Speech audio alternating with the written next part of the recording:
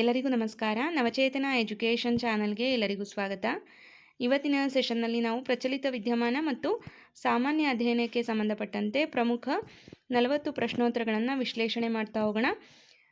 ಇದು ಜನವರಿ 17 ಮತ್ತು 18ಕ್ಕೆ ಸಂಬಂಧಪಟ್ಟಂತಹ ಸೆಷನ್ ಆಗಿರುತ್ತೆ. ಸೊ ಈಗ ಮೊದಲನೇದಾಗಿ 17 ಜನವರಿ 2026ರ ಪ್ರಚಲಿತ ವಿದ್ಯಮಾನ ಮತ್ತು ಸಾಮಾನ್ಯ ಅಧ್ಯಯನಕ್ಕೆ ಸಂಬಂಧಪಟ್ಟಂತಹ ಪ್ರಶ್ನೋತ್ತರಗಳನ್ನು ನೋಡೋಣ. ಮೊದಲನೆಯ ಪ್ರಶ್ನೆ, ಪ್ರತಿ ವರ್ಷ ಜನವರಿ 17ರಂದು ದಕ್ಷಿಣ ಭಾರತದ ಯಾವ ಪ್ರಖ್ಯಾತ ನಟ ಮತ್ತು ಮಾಜಿ ಮುಖ್ಯಮಂತ್ರಿಯ ಜನ್ಮದಿನವನ್ನು ಆಚರಿಸಲಾಗುತ್ತದೆ ಅಂತ ಕೇಳಿದ್ದಾರೆ. ಸೊ ಇಲ್ಲಿ ಸರಿಯಾದಂಥ ಉತ್ತರ MG ರಾಮಚಂದ್ರನ್, MGR ಅಂತ ಕೂಡ ಕರಿತೀವಿ. ಸೊ ಇವರ ಜನ್ಮದಿನವನ್ನು ಜನವರಿ 17ರಂದು ಪ್ರತಿ ವರ್ಷ ಆಚರಣೆ ಮಾಡಲಾಗುತ್ತೆ. ಇವರು ತಮಿಳುನಾಡಿನ ಮಾಜಿ ಮುಖ್ಯಮಂತ್ರಿಗಳಾಗಿದ್ದರು, ಜೊತೆಗೆ AIADMK ಪಕ್ಷದ ಸ್ಥಾಪಕರಾಗಿದ್ದರು. ಓಕೆ, ಸೊ ಇವರ ಜನ್ಮದಿನವನ್ನು ಪ್ರತಿ ವರ್ಷ ಜನವರಿ 17ರಂದು ಆಚರಣೆ ಮಾಡಲಾಗುತ್ತೆ. ಇವರು ಹುಟ್ಟಿದಂತಹ ವರ್ಷ 1917. ಓಕೆ, ಸೊ ಇವರ ಜನ್ಮದಿನ ನೋಡಿ ಜನವರಿ 17, 1917. ಇನ್ನು ಎರಡನೆಯ ಪ್ರಶ್ನೆ, 2026ರ ಸಾಲಿನ ಟೆನ್ನಿಸ್ ಪಂದ್ಯಾವಳಿ ಆಸ್ಟ್ರೇಲಿಯನ್ ಓಪನ್ ಸಾಮಾನ್ಯವಾಗಿ ಜನವರಿ ತಿಂಗಳಲ್ಲಿ ಯಾವ ನಗರದಲ್ಲಿ ನಡೆಯುತ್ತದೆ? ಸೊ ಇದು ಆಸ್ಟ್ರೇಲಿಯಾದ ಮೆಲ್ಬೋರ್ನ್ನಲ್ಲಿ ನಡೆಯುತ್ತದೆ. ಓಕೆ, ವರ್ಷದ ಮೊದಲ ಗ್ರ್ಯಾಂಡ್ ಸ್ಲ್ಯಾಮ್ ಪಂದ್ಯಾವಳಿಯಾದ ಆಸ್ಟ್ರೇಲಿಯನ್ ಓಪನ್ ಆಸ್ಟ್ರೇಲಿಯಾದ ಮೆಲ್ಬೋರ್ನ್ ಪಾರ್ಕ್ನಲ್ಲಿ ನಡೆಯುತ್ತದೆ. ಇನ್ನು ಮೂರನೆಯ ಪ್ರಶ್ನೆ, ಭಾರತದ ಸಂವಿಧಾನದ 368ನೇ ವಿಧಿಯು ಯಾವುದಕ್ಕೆ ಸಂಬಂಧಿಸಿದೆ ಅಂತ ಅಂದರೆ ಇದು ಸಂವಿಧಾನದ ತಿದ್ದುಪಡಿಗೆ ಸಂಬಂಧಿಸುತ್ತೆ. ಓಕೆ, ಸಂವಿಧಾನದ 20ನೇ ಭಾಗದಲ್ಲಿರುವ 368ನೇ ವಿಧಿಯು ಸಂಸತ್ತಿಗೆ ಸಂವಿಧಾನವನ್ನು ತಿದ್ದುಪಡಿ ಮಾಡುವ ಅಧಿಕಾರವನ್ನು ನೀಡುತ್ತದೆ. ನಾಲ್ಕನೆಯ ಪ್ರಶ್ನೆ, ಕರ್ನಾಟಕದ ಇತಿಹಾಸದಲ್ಲಿ ಹಲ್ಮಿಡಿ ಶಾಸನ ಏಕೆ ಪ್ರಮುಖವಾಗಿದೆ ಅಂತ ಅಂದರೆ ಇದು ಕರ್ನಾಟಕದಲ್ಲಿ ಲಭ್ಯವಿರುವಂತಹ ಅತ್ಯಂತ ಹಳೆಯ ಕನ್ನಡ ಶಾಸನ. ಓಕೆ, ಸೊ ಇದು ಹಾಸನ ಜಿಲ್ಲೆಯ ಹಲ್ಮಿಡಿಯಲ್ಲಿ ದೊರೆತ ಶಾಸನವಾಗಿದ್ದು ಇದು ಕನ್ನಡ ಭಾಷೆಯಲ್ಲಿ ಲಭ್ಯವಿರುವಂತಹ ಅತ್ಯಂತ ಹಳೆಯ ಶಾಸನ. ಇದರ ಕಾಲ ಸಾಮಾನ್ಯ ಶಕ 450. ಇನ್ನು ಐದನೆಯ ಪ್ರಶ್ನೆ, ಇತ್ತೀಚೆಗೆ ಸುದ್ದಿಯಲ್ಲಿರುವ ಪಕ್ಕಾಗ ಹುಲಿ ಸಂರಕ್ಷಿತ ಪ್ರದೇಶ ಅಥವಾ ಪಕ್ಕೆ ಟೈಗರ್ ರಿಸರ್ವ್ ಇದು ಯಾವ ರಾಜ್ಯದಲ್ಲಿದೆ ಅಂತ ಅಂದರೆ ಅರುಣಾಚಲ ಪ್ರದೇಶದಲ್ಲಿದೆ. ಈಶಾನ್ಯ ಭಾರತದ ಅರುಣಾಚಲ ಪ್ರದೇಶದಲ್ಲಿರುವ ಈ ಹುಲಿ ಸಂರಕ್ಷಿತ ಪ್ರದೇಶವು ಅಪರೂಪದ ಹಾರ್ನ್ಬಿಲ್ ಪಕ್ಷಿಗಳಿಗೂ ಹೆಸರಾಗಿದೆ. ಇನ್ನು ವಿಜ್ಞಾನಕ್ಕೆ ಸಂಬಂಧಪಟ್ಟಂತಹ ಪ್ರಶ್ನೆ ಇದೆ, ಮನುಷ್ಯನ ರಕ್ತದಲ್ಲಿರುವ ಕೆಂಪು ರಕ್ತ ಕಣಗಳ ಸರಾಸರಿ ಜೀವಿತಾವಧಿ ಎಷ್ಟು ಅಂತ ಅಂದರೆ 120 ದಿನಗಳು. ಇದು ನಿಮಗೆ ಹೆಲ್ತ್ ಎಜುಕೇಷನಲ್ಲಿ ಕೂಡ ಪ್ರಶ್ನೆ ಆಗ್ಬೋದು. ಓಕೆ, ಸೊ ನೆಕ್ಸ್ಟು ಇಲ್ಲಿ ನೋಡಿ, ಕೆಂಪು ರಕ್ತ ಕಣಗಳು ಸುಮಾರು 120 ದಿನಗಳ ಕಾಲ ಬದುಕಿರುತ್ತವೆ. ನಂತರ ಅವು ಸ್ಪ್ಲೀನ್ ನಾಶವಾಗುತ್ತದೆ, ಪ್ಲೀಹದಲ್ಲಿ ನಾಶವಾಗುತ್ತದೆ ಅಂತ ಹೇಳಲಾಗುತ್ತೆ. ನೆಕ್ಸ್ಟು 7ನೆಯ ಪ್ರಶ್ನೆ, ಭಾರತದಲ್ಲಿ ರಸ್ತೆ ಸುರಕ್ಷತಾ ಮಾಸವನ್ನು ಸಾಮಾನ್ಯವಾಗಿ ಯಾವ ತಿಂಗಳಿನಲ್ಲಿ ಆಚರಿಸಲಾಗುತ್ತದೆ ಅಂದರೆ ಜನವರಿ ಫೆಬ್ರವರಿಯಲ್ಲಿ ರಸ್ತೆ ಸುರಕ್ಷತಾ ಮಾಸವನ್ನು ಆಚರಣೆ ಮಾಡಲಾಗುತ್ತೆ.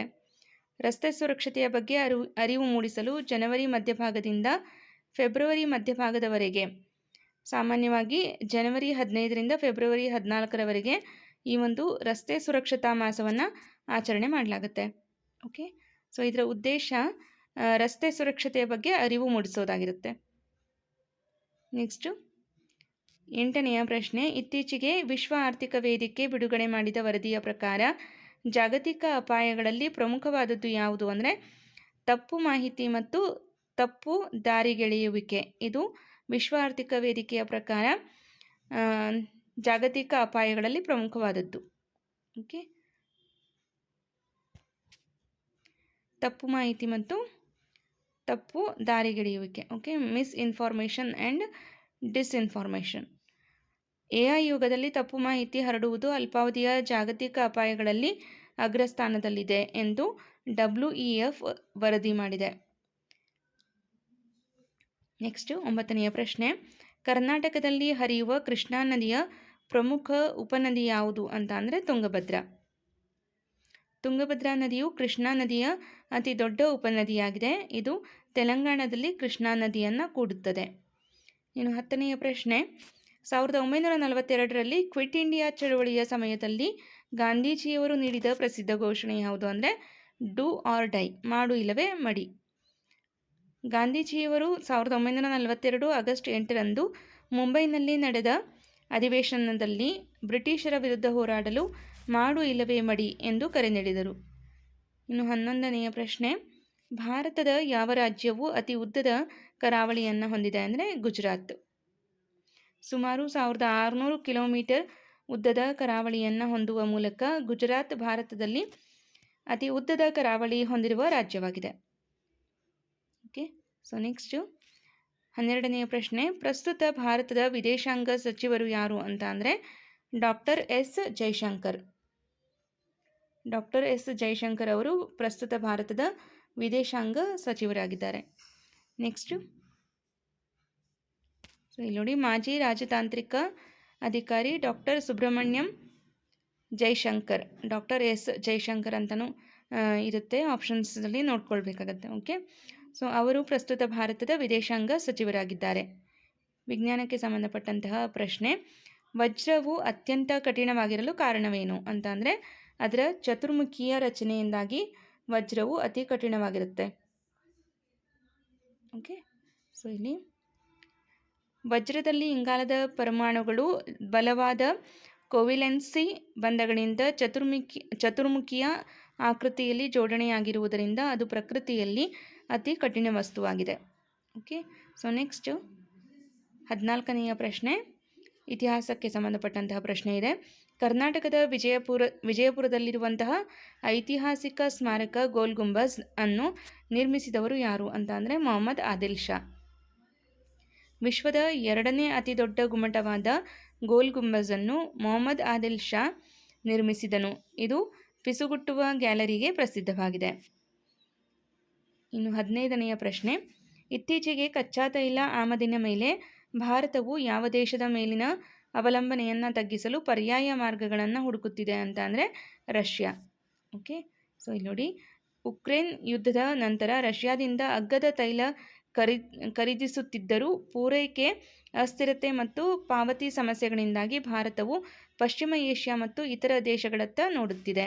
ಸೊ ಪಶ್ಚಿಮ ಏಷ್ಯಾ ಮತ್ತು ಇತರ ದೇಶಗಳಿಂದ ಕಚ್ಚಾ ತೈಲವನ್ನು ಆಮದು ಮಾಡಿಕೊಳ್ಬೇಕು ಅಂತ ಒಂದು ಕ್ರಮವನ್ನು ಭಾರತ ಕೈಗೊಳ್ತಾ ಇದೆ. ಇನ್ನು ನೆಕ್ಸ್ಟು 16ನೆಯ ಪ್ರಶ್ನೆ, ಸಂವಿಧಾನದ 10ನೇ ಅನುಸೂಚಿಯು ಯಾವುದಕ್ಕೆ ಸಂಬಂಧಿಸಿದೆ ಅಂತ ಅಂದರೆ ಪಕ್ಷಾಂತರ ನಿಷೇಧ ಕಾಯ್ದೆ. 1985ರಲ್ಲಿ 52ನೇ ತಿದ್ದುಪಡಿಯ ಮೂಲಕ 10ನೇ ಅನುಸೂಚಿಯನ್ನು ಸೇರಿಸಿ ಸಂಸದರು ಮತ್ತು ಶಾಸಕರ ಪಕ್ಷಾಂತರವನ್ನು ತಡೆಯಲು ಈ ಒಂದು ಕಾನೂನನ್ನು ಜಾರಿಗೊಳಿಸಲಾಯಿತು. ಓಕೆ, 10ನೇ ಅನುಸೂಚಿ ಏನನ್ನು ತಿಳಿಸುತ್ತೆ ಅಂತ ಅಂದರೆ ಪಕ್ಷಾಂತರ ನಿಷೇಧ ಕಾಯ್ದೆಯನ್ನು ಸೂಚಿಸುತ್ತೆ. ನೆಕ್ಸ್ಟು 17ನೆಯ ಪ್ರಶ್ನೆ, 2026ರ ಇಂಡಿಯಾ ಇಂಟರ್ನ್ಯಾಷನಲ್ ಸೈನ್ಸ್ ಫೆಸ್ಟಿವಲ್ನ ಪ್ರಮುಖ ಉದ್ದೇಶವೇನು ಅಂತ ಅಂದರೆ ಇದರ ಪ್ರಮುಖ ಉದ್ದೇಶ ವಿಜ್ಞಾನವನ್ನು ಜನಸಾಮಾನ್ಯರಿಗೆ ತಲುಪಿಸುವುದು. ವಿದ್ಯಾರ್ಥಿಗಳು ಮತ್ತು ಸಾರ್ವಜನಿಕರಲ್ಲಿ ವೈಜ್ಞಾನಿಕ ಮನೋಭಾವವನ್ನು ಬೆಳೆಸುವುದು ಮತ್ತು ಭಾರತದ ವೈಜ್ಞಾನಿಕ ಸಾಧನೆಗಳನ್ನು ಪ್ರದರ್ಶಿಸುವುದು ಇದರ ಉದ್ದೇಶವಾಗಿರುತ್ತೆ. ಓಕೆ, ಸೊ ನೆಕ್ಸ್ಟ್ 18ನೆಯ ಪ್ರಶ್ನೆ, ಕರ್ನಾಟಕದಲ್ಲಿ ಕನ್ನಡಕ್ಕೆ ಶಾಸ್ತ್ರೀಯ ಭಾಷಾ ಸ್ಥಾನಮಾನ ಯಾವ ವರ್ಷ ದೊರೆಯಿತು ಅಂತಂದರೆ 2008ರಲ್ಲಿ.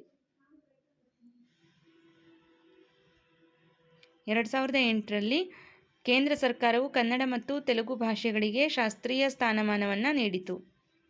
ಇನ್ನು 19ನೆಯ ಪ್ರಶ್ನೆ, ಇತ್ತೀಚೆಗೆ ICC ಅಂಡರ್-19 ವಿಶ್ವಕಪ್ನಲ್ಲಿ ಭಾರತ ತಂಡದ ನಾಯಕತ್ವವನ್ನು ಯಾರು ವಹಿಸಿದ್ದರು? ಸೊ ಇದು 2024ಕ್ಕೆ ಸಂಬಂಧಪಟ್ಟಂತಹ ಪ್ರಶ್ನೆ ಆಗುತ್ತೆ. GK ರಿಲೇಟೆಡ್ ಆಗಿ ಈ ಪ್ರಶ್ನೆ ನಿಮಗೆ ಕೇಳ್ಬೋದು. ಓಕೆ, ಸೊ ಇದಕ್ಕೆ ಸರಿಯಾದಂತಹ ಉತ್ತರ ಉದಯ್ ಸಹರಾನ್.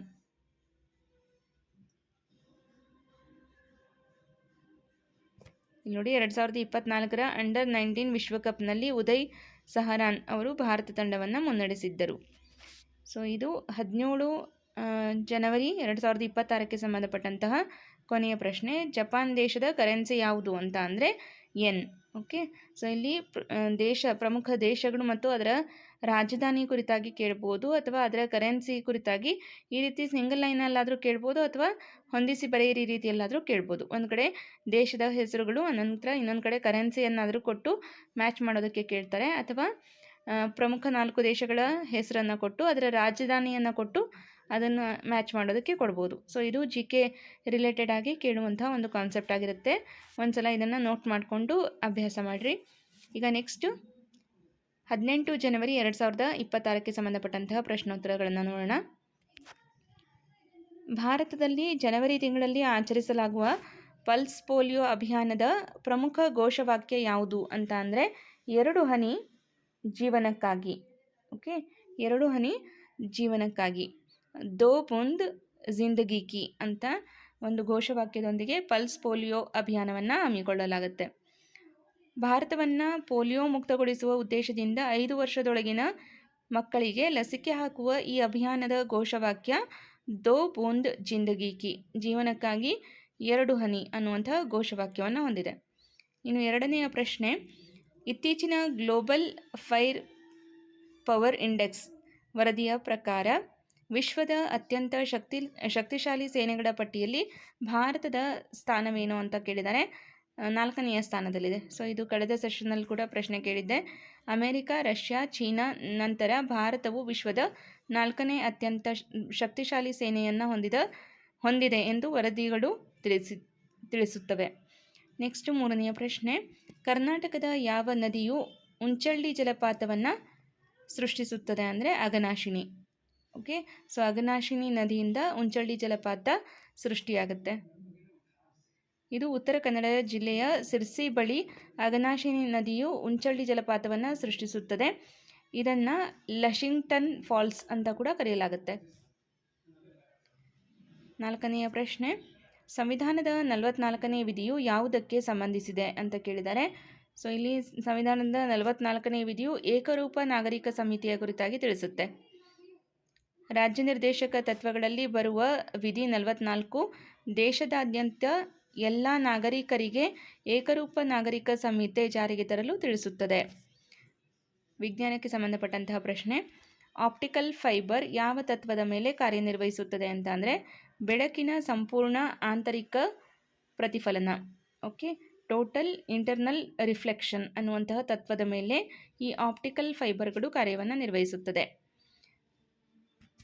ವಿವರಣೆ, ಆಪ್ಟಿಕಲ್ ಫೈಬರ್ ಕೇಬಲ್ಗಳಲ್ಲಿ ಬೆಳಕು ಸಂಪೂರ್ಣ ಆಂತರಿಕ ಪ್ರತಿಫಲನದ ಮೂಲಕ ಯಾವುದೇ ನಷ್ಟವಿಲ್ಲದೆ ವೇಗವಾಗಿ ಚಲಿಸುತ್ತದೆ. ಇದನ್ನು ಇಂಟರ್ನೆಟ್ ಸಂಪರ್ಕದಲ್ಲಿ ಬಳಸುತ್ತಾರೆ.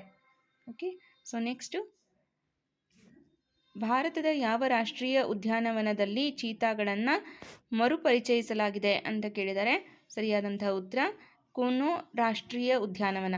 ಇದು ಎಲ್ಲಿದೆ ಅಂತ ಅಂದರೆ ಮಧ್ಯಪ್ರದೇಶದಲ್ಲಿದೆ. ನಮೀಬಿಯಾ ಮತ್ತು ದಕ್ಷಿಣ ಆಫ್ರಿಕಾದಿಂದ ತರಲಾದ ಚೀತಾಗಳನ್ನು ಮಧ್ಯಪ್ರದೇಶದ ಕೂನೋ ರಾಷ್ಟ್ರೀಯ ಉದ್ಯಾನವನದಲ್ಲಿ ಬಿಡಲಾಗಿದೆ. ಇನ್ನು 7ನೆಯ ಪ್ರಶ್ನೆ, ಇತ್ತೀಚೆಗೆ ಫಿಫಾ ಪ್ರಕಟಿಸಿದ ಅತ್ಯುತ್ತಮ ಪುರುಷ ಫುಟ್ಬಾಲ್ ಆಟಗಾರ the best FIFA men's player ಪ್ರಶಸ್ತಿಯನ್ನು ಯಾರು ಪಡೆದರು ಅಂತ ಅಂದರೆ ಇಲ್ಲಿ ಸರಿಯಾದಂಥ ಉತ್ತರ ಲಯನೆಲ್ ಮೆಸ್ಸಿ.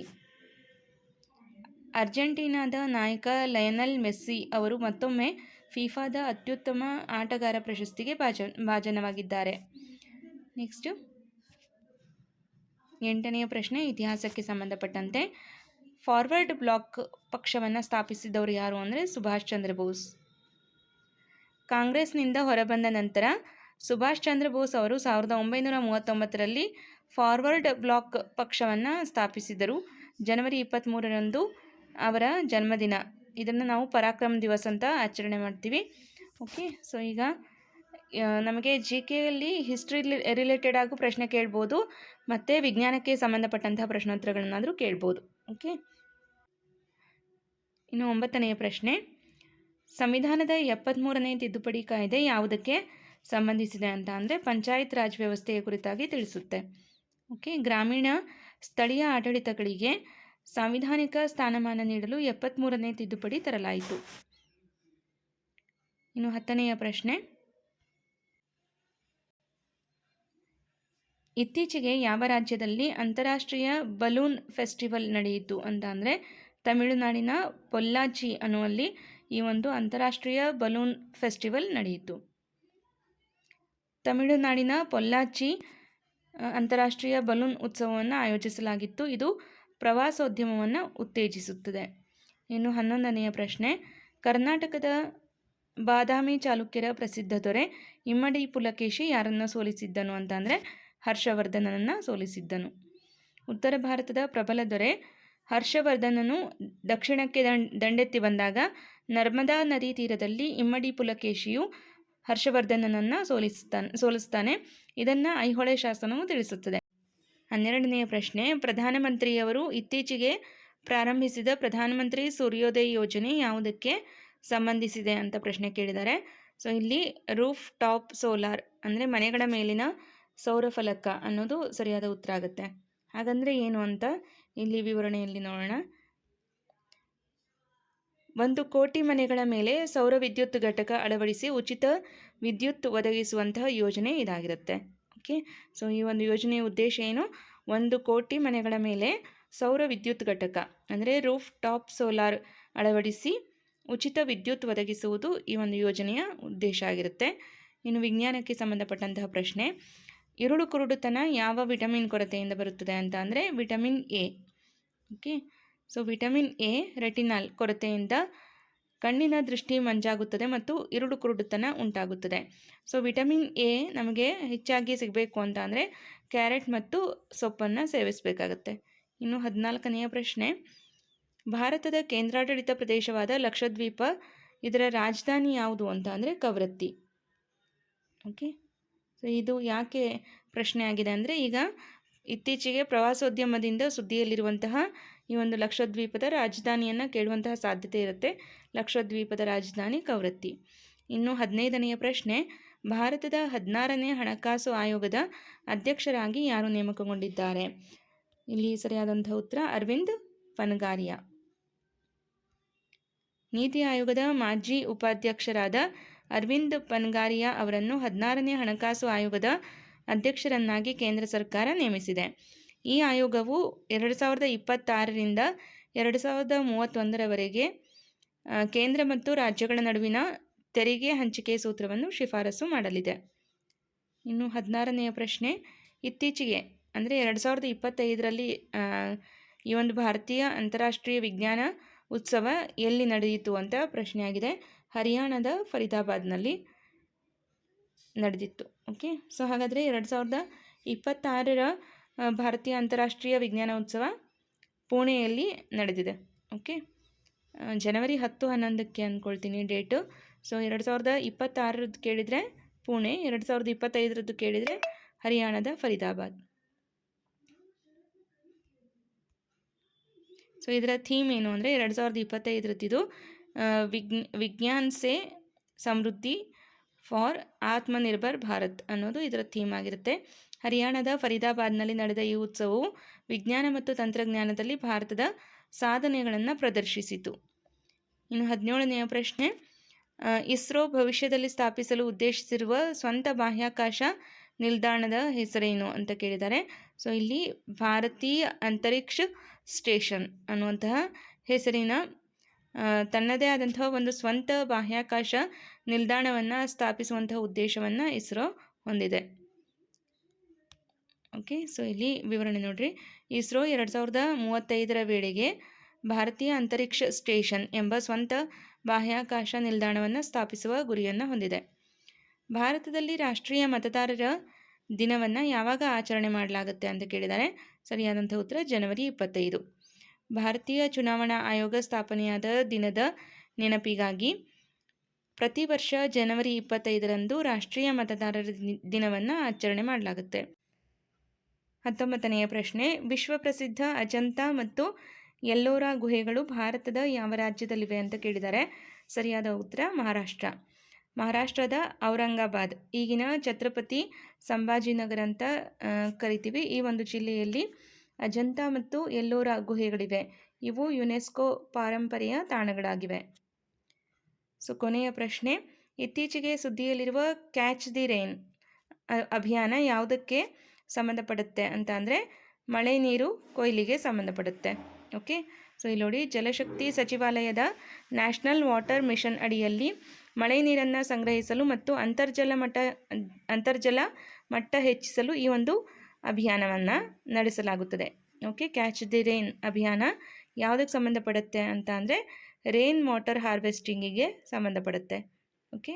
ಸೊ ಇದಿಷ್ಟು ಜನವರಿ 17 ಮತ್ತು 18ಕ್ಕೆ ಸಂಬಂಧಪಟ್ಟಂತಹ ಪ್ರಚಲಿತ ವಿದ್ಯಮಾನ ಮತ್ತು GK ರಿಲೇಟೆಡ್ ಕ್ವಶನ್ಸ್ಗಳಾಗಿತ್ತು. ಈ ಒಂದು ಸೆಷನ್ ಬಗ್ಗೆ ನಿಮ್ಮ ಅಭಿಪ್ರಾಯ ಅನಿಸಿಕೆಯನ್ನು ಕಮೆಂಟ್ ಮಾಡಿ ತಿಳಿಸಿ. ಸೆಷನ್ ಇಷ್ಟ ಆಗಿದ್ದರೆ ಲೈಕ್ ಮಾಡಿ ಅಂತ ಹೇಳ್ತಾ ಈ ತರಗತಿಯನ್ನು ಇಲ್ಲಿಗೆ ಎಂಡ್ ಮಾಡ್ತೀನಿ. Thank you all.